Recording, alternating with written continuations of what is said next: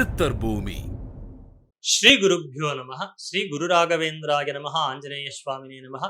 எனதருமை குருநாதர் திருமிகு புதுவுடைமூர்த்தி அவர்களை வணங்கி, குரு பார்க்க கோடி நன்மை ஏன் எதனால் அப்படிங்கிற ஒரு கேள்வி நமக்கு இருக்கு. ஏன் சொல்றாங்க அப்படிங்கிற ஒரு கேள்வி.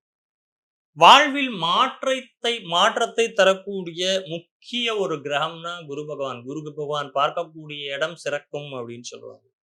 இப்ப குரு பயிற்சி வர மே 1ஆம் தேதி நடக்குது.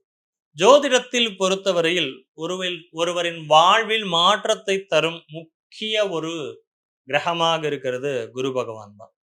குரு பகவானுடைய பார்வை பட்டால் போரும், செல்வ ரீதியாகவும் செல்வாக்கு ரீதியாகவும் வாழ்வில் மாற்றம் ஏற்படும் அப்படிங்கிறது நம்ம கிட்ட இருக்கக்கூடிய நம்பிக்கை. அதனால குரு பலன் வந்துருச்சா, கல்யாணத்துக்கு பார்க்குறப்ப குரு பலன் வந்துருச்சா பாருங்க, என் பொண்ணுக்கு கல்யாணம் பண்ணணும், குரு பலன் வந்துருச்சா பாருங்க. ஒருவருடைய ஜென்ம ராசிக்கு 2ஆம் இடம், 5ஆம் இடம், 7ஆம் இடம், 9ஆம் இடம், 11ஆம் இடத்துல குரு பகவான் வரும் பொழுது குரு பலன் இருக்கு அப்படின்னு சொல்லி எடுத்துக்கிறோம். இதன் காரணமாகவே குரு பயிற்சி அன்னைக்கு ரொம்ப எல்லாருமே சேர்றாங்க. அப்ப இந்த குரு பார்க்க கோடி நன்மை, இது என்ன கதை அப்படின்னு பார்த்தீங்கன்னா, இந்த நம்ம குரு பகவான் இடத்துல தான் சந்திரன் ஜோதிடம் கற்றாராமா. ஜோதிட சாஸ்திரத்தை குருவான பிரகஸ்பதி கிட்ட இருந்து சந்திர பகவான் கத்துக்கிறாரு. சந்திர பகவானே ஒரு கிரகம் தானே அவர். ஆனா இந்த ஜோதிடத்தை முழுமையாக எங்க கத்துக்கிறாரு?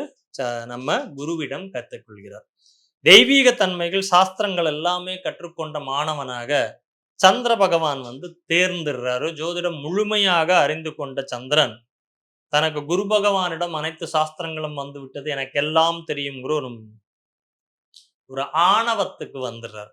அப்போ குரு பகவான் என்ன சொல்றாரு, பூமியில இப்ப பாரு ஒரு குழந்தை பிறக்குது, இந்த பிறந்த குழந்தைக்கு ஜாதகம் கணித்து இந்த குழந்தைக்கு என்ன நடக்குங்கிற பலன் எழுதுன்னு சொல்றாரு. சந்திர பகவானும் ஜாதகம் கணித்து பலன் எழுதுறார். இந்த குழந்தை பிறந்து 1 வயது ஆனவுடன் இந்த குழந்தை அரவம் தீண்டி இறந்து விடும்னு எழுதிட்டார். இந்த குழந்தைக்கு 1 வயசு தான், 1 வயது மட்டுமே இதுக்கு ஆயுள் அப்படின்னு கணித்து எழுதுறார். அந்த குழந்தைக்கும் 1 வயது பூர்த்தி ஆகக்கூடிய அந்த நாளும் வந்தது. சரியாக அந்த குழந்தையினோட முதல் வயது முடியுது. அப்ப என்ன நடக்குதுங்கிறத பார்த்தா, இது இவன் எழுதியிருக்கான், பலன் எழுதிருச்சான், இது நடக்குதான்னு பார்ப்போம்னு குருவும் அந்த நிகழ்வை பார்த்து கொண்டிருக்கிறார். சந்திரனும் அந்த நிகழ்வை பார்த்து கொண்டிருக்கிறார். இந்த குழந்தை ஒரு தொட்டிலிலே படுத்து உறங்கிக் கொண்டிருக்கிறது. அப்போ அந்த தொட்டில் மேல ஒரு பாம்பு ஏறி நிக்குது. சந்திரன் அப்படியே நான் கணிச்சபடி நடக்குது, கரெக்டா போயிட்டு இருக்கு அப்படின்னு சந்திரன் நினைக்கிறார். இதை கண்ட சந்திரனுக்கு தான் கணிதத்தை போலவே இருக்குதே அப்படின்னு நடக்குதுன்னு ஒரு மகிழ்ச்சி. இந்த குரு பகவானும் பார்த்துட்டு இருக்காரு அந்த குழந்தை பாம்பு இரண்டையும் பார்த்துட்டு. இந்த குழந்தை திடீர்னு துள்ளி குதிச்ச உடனே தொட்டில் ஆடிச்சு. இந்த தொட்டில் ஆடினா அந்த தொட்டிலினுடைய இந்த ஆடினோன்னு அந்த பாம்பு கீழே விழுக போய் அந்த தொட்டிலுடைய கம்பியில சிக்கிடுச்சு. இது சிக்கினோன்னா அந்த பாம்பு பார்த்த குழந்தை இன்னி மகிழ்ச்சி அடைந்து இன்னியும் குதிச்சாடுது.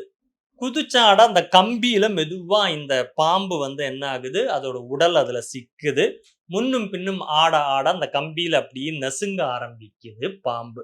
நசுங்கி அந்த பாம்பு ஆக்சுவலா அந்த சங்கிலியில் சிக்கிக்கொண்டு பாம்பு இறந்து விடுகிறது. இதை கண்ட சந்திரனுக்கு அதிர்ச்சி ஆயிடுச்சு. என்னது, நான் கணிச்சது 1 வயசுல பாம்பு தீண்டி அந்த குழந்தை இறக்கும்னு, இங்க குழந்தை ஆடி பாம்பு இறந்து விட்டது, இது எப்படி என்னோட கணிப்பு மாறிடுச்சா அப்படின்னு குரு பகவான் இடத்துல கேட்க, இல்ல உன்னோட கணிப்பெல்லாம் சரிதான், எந்த தவறுமே இல்லை, நீ கணித்த கணிப்பு சரி. ஆனால் இந்த நிகழ்வு நடக்கும் பொழுது நான் பார்த்துட்டு இருந்தேன் பார்த்தியா, குரு பகவானுடைய என்னுடைய பார்வை அந்த குழந்தை மீது இருந்ததுனாலே அது அந்த கண்டத்திலிருந்து அந்த குழந்தை உயிர் தப்பி பிழைத்ததுன்னு விளக்கம் கொடுத்தாரு. சந்திரனிடம் உனது ஜாதக கணிப்பு நல்லாதான் இருந்தது, உனக்கு எல்லாமே தெரிந்து விட்டது என்ற ஆணவம் இருந்தது அப்படிங்கிறத கூறினர். தலைக்கணம் நீங்கிய சந்திரன் குரு பார்வையினுடைய மகிமை, குருவுடைய பார்வை எப்பேற்பட்ட மகிமை அப்படின்னு பாருங்க, அதை புரிந்து கொண்டார். இதன் காரணமாகவே குரு பார்வை கோடி நன்மை தரும் அப்படின்னு சொல்லியிருக்காங்க. அப்படி இந்த குரு பயிற்சியில பாத்தீங்கன்னா ரிஷபராசிக்கு 5ஆம் இடத்தை 9ஆம் இடத்தை பார்க்கிறார். 5 பூர்வ புண்ணியஸ்தானம், 9ங்கிற பாக்கியஸ்தானம் சிறப்படைய போகுது. மீன ராசிக்கு பார்த்தீங்கன்னா 7ஆம் இடத்தை பார்க்கிறார். திருமணம் சம்பந்தப்பட்ட விஷயங்கள், தந்தையினுடைய ஆரோக்கியம் சம்பந்தப்பட்ட விஷயங்கள், மன மகிழ்ச்சி சம்பந்தப்பட்ட விஷயங்கள்லாம் மீனத்துக்கு ஏற்படும். மேச ராசிக்கு பார்த்தீங்கன்னா 6ஆம் இடத்தை பார்க்கிறார். 6ஆம் இடம்ங்கிறது ருணரோக கடன் சம்பந்தப்பட்ட விஷயங்கள். இதிலிருந்து உங்களுக்கு ஒரு நிவர்த்தி, தீராத பிரச்சனைகளாக இருக்கக்கூடிய விஷயங்கள்ல நிவர்த்தி. அதேபோல பொருளாதாரம், வேலைவாய்ப்பு சார்ந்து இருக்கக்கூடிய விஷயங்கள் ஒரு முன்னேற்றத்தை குடுக்கும். மிதுனத்துக்கு பார்த்தீங்கன்னா, 4ஆம் இடம் வீடு, மனை, வாசல் சம்பந்தப்பட்ட விஷயங்கள், ரோகங்கள், வியாதிகள் நீங்குவது, தீராத பிரச்சனைகள் தீர்வது அப்படின்னு சொல்லலாம். கடகத்துக்கு 3ஆம் இடம் முயற்சி ஸ்தானம், 5ஆம் இடம் பூர்வ புண்ணிய ஸ்தானம், 7ஆம் இடம் திருமண ஸ்தானத்தை பார்க்கிறார். அதுவும் நல்லா இருக்கு. அப்படி யார் யார் ராசிக்கு எந்த இடத்த குரு பார்க்கிறாரோ, அந்த இடத்தில் இதுநாள் வரைக்கும் வந்து இருந்த இடர்கள் நீங்கி மனமகிழ்ச்சி நிறைக்கக்கூடிய குரு பெயர்ச்சியாக உங்களுக்கு எல்லாம் இருக்கட்டும். இந்த குரு பார்க்க உங்கள் அனைவருக்கும் கோடி நன்மை விளையட்டும் என்று இறைவனை பிரார்த்திப்போம். நன்றி, வணக்கம். சித்தர் பூமி